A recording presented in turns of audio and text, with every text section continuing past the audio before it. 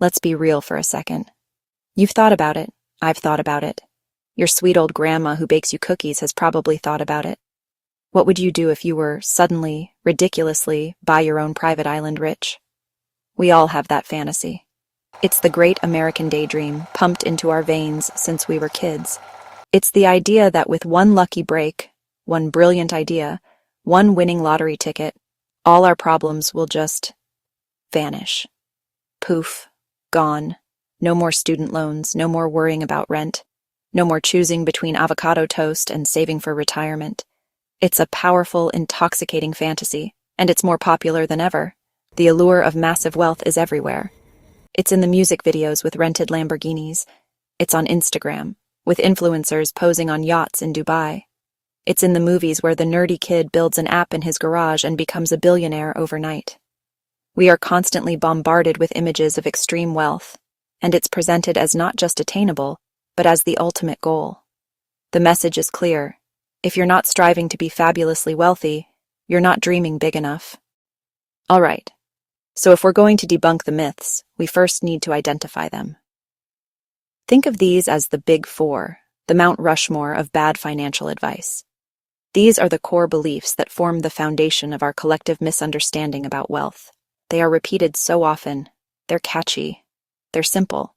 They're almost entirely wrong. They're the pop songs of personal finance, easy to remember, but with zero nutritional value. They promise a shortcut to the top of the mountain, when in reality they're just selling you a faulty jetpack. First up, the one big idea myth. Next, the stock market casino myth. Then, the real estate mogul fantasy. Finally, the inheritance or lottery myth. These four myths are incredibly seductive because they all share a common thread. They downplay the role of effort, discipline, and time. They suggest that getting rich is a passive activity, a matter of luck or a singular brilliant moment, rather than an active, long-term process. Let's dive into the first myth, the one that fuels our tech-obsessed culture, the one big idea jackpot. The story goes like this. A visionary, usually a college dropout in a hoodie, comes up with a revolutionary idea. They toil away in a garage, survive on instant noodles, then in a flash of brilliance, create a product that changes the world and makes them an instant billionaire. The problem is, it's a gross oversimplification. It's like saying the Beatles got famous from one catchy song. For every Mark Zuckerberg, millions of entrepreneurs' big ideas went nowhere. The data is brutal. U.S. Bureau of Labor Statistics, about 20% fail in year 1. By year 5, half are gone. By year 10, only about a third remain. The path of an entrepreneur is littered with corpses of failed big ideas. Wealth isn't the idea, it's execution. Think about real success stories. Facebook wasn't first. MySpace, Friendster were there first. Google wasn't first. AltaVista, Yahoo were the giants of their day. Their success wasn't just an idea, it was relentless execution, constant adaptation, building a team, securing funding, navigating market changes, outcompeting others for years. It's a decade-long war, not a single glorious battle. Okay, let's talk about the myth. That turns your sensible Uncle Dave into a wild-eyed gambler, the stock market casino. This is the belief that the stock market is a place where fortunes are made and lost overnight. You just need to find the next big thing. That one penny stock. That crypto coin that's going to the moon. The media loves this narrative. Every time a stock goes on a wild ride, it's front-page news. We see stories of people who YOLO'd their life savings and made $1 million in a week. It feels exciting, accessible, and incredibly tempting. But treating the stock market like a slot machine is one of the fastest ways to go broke. For every person who got lucky on a meme stock, thousands bought at the peak and watched their investment get wiped out. This strategy is called timing the market, and study after study has shown that it is a fool's errand. Even the pros, the highly paid fund managers, supercomputers, PhDs in quantitative finance, can't do it consistently. Over 80 to 90% fail to beat their benchmark over 10 years. The reality of building wealth in the stock market is the complete opposite of this casino mentality. It's boring, it's slow, and it's incredibly effective. The real strategy is not timing the market, but time in the market. It's about investing consistently for a very long time, Broad index funds, diversified funds, low-cost index funds. Think of it like planting a tree, not playing a hand of poker. You plant it in good soil, you water it, and you let it grow for decades. That's how you build real wealth. Now for the myth that has its own entire genre of reality TV, the real estate mogul fantasy. The pitch is simple. Find a distressed property. Use other people's money. Spend a weekend on light renovations. Flip for a huge profit. Rent for passive income. The gurus make it look easy. But reality is way more complex and less glamorous. That no money down deal often involves hard money loans with crazy high interest. Those rates can eat you alive if the project is delayed. Weekend renovations become months-long nightmares. Unexpected structural problems, permit delays, shady contractors who run with your deposit. Remember that fun montage? It leaves out the burst pipe at 3 a.m. and the tenant who hasn't paid in 3 months and knows eviction law better than you. Passive income is a misnomer. Being a landlord is a job. Property manager, customer service rep, repair coordinator, sometimes debt collector. It's definitely not passive. It can be profitable, absolutely, but it requires significant capital, a high tolerance for risk, and a willingness to do unglamorous work. Rich investors don't flip 1 or 2 houses. They build wealth over decades, slowly acquiring properties, managing them professionally, building equity long-term.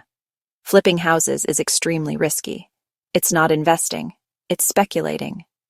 You're betting you can buy, renovate, and sell quickly for profit, and a sudden rise in interest rates or a cooling market can wipe it out.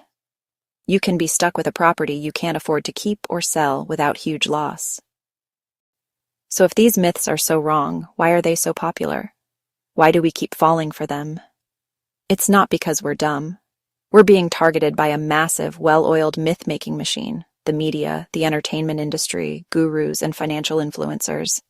Their job is to sell us a story. Getting rich is fast, easy, exciting. Because the boring truth doesn't sell. The media loves rags to riches headlines. Local man wins lottery. Local man diligently contributes to his 401k for 40 years and retires comfortably.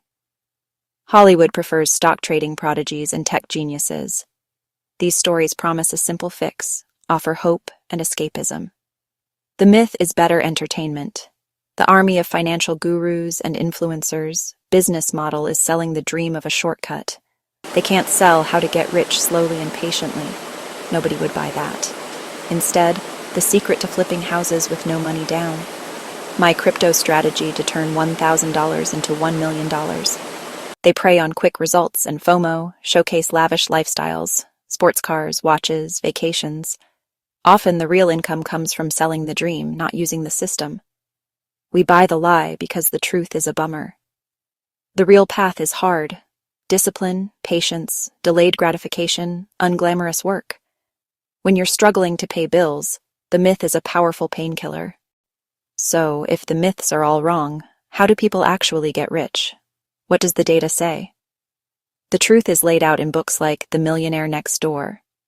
For decades, they studied America's millionaires. The findings were surprising because they were so ordinary. The typical millionaire isn't a celebrity, a Wall Street wolf, or a tech prodigy. They're a small business owner, a dentist, an engineer, a teacher in your neighborhood. Most millionaires are self-made. They didn't win the lottery or inherit a fortune. Studies say about 88% built wealth themselves. They did it with 3 core things: consistent work, high savings rates, long-term investing. That's it, not glamorous, more like a stew you simmer for years. They live well below their means, not flashy cars, not McMansions. They prioritize saving over spending. Average Americans save about 5 to 6%. Future millionaires often save 15%, 20 or more. They automate it. Pay yourself first. That creates a big gap between income and expenses. That gap is where wealth is built. It's not about how much you make, it's about how much you keep. What do they do with the money they keep? They invest it, patiently, consistently. They don't time the market or chase hot picks. They use boring, diversified, low-cost vehicles, 401, IKEAs, IRAs, index funds. They rely on compound interest over decades. They plan, they budget, they set financial goals. They build wealth brick by brick, year by year, through unglamorous discipline. The path to wealth isn't a sprint. It's a multi-decade marathon of smart, boring choices over and over. As we've established, the desire for a shortcut is powerful. And where there's desire, there's someone willing to sell you a solution. Modern-day snake oil salesmen, the get-rich-quick gurus, are everywhere. They stand in front of rented private jets, borrowed Lamborghinis, promising secrets the rich don't want you to know.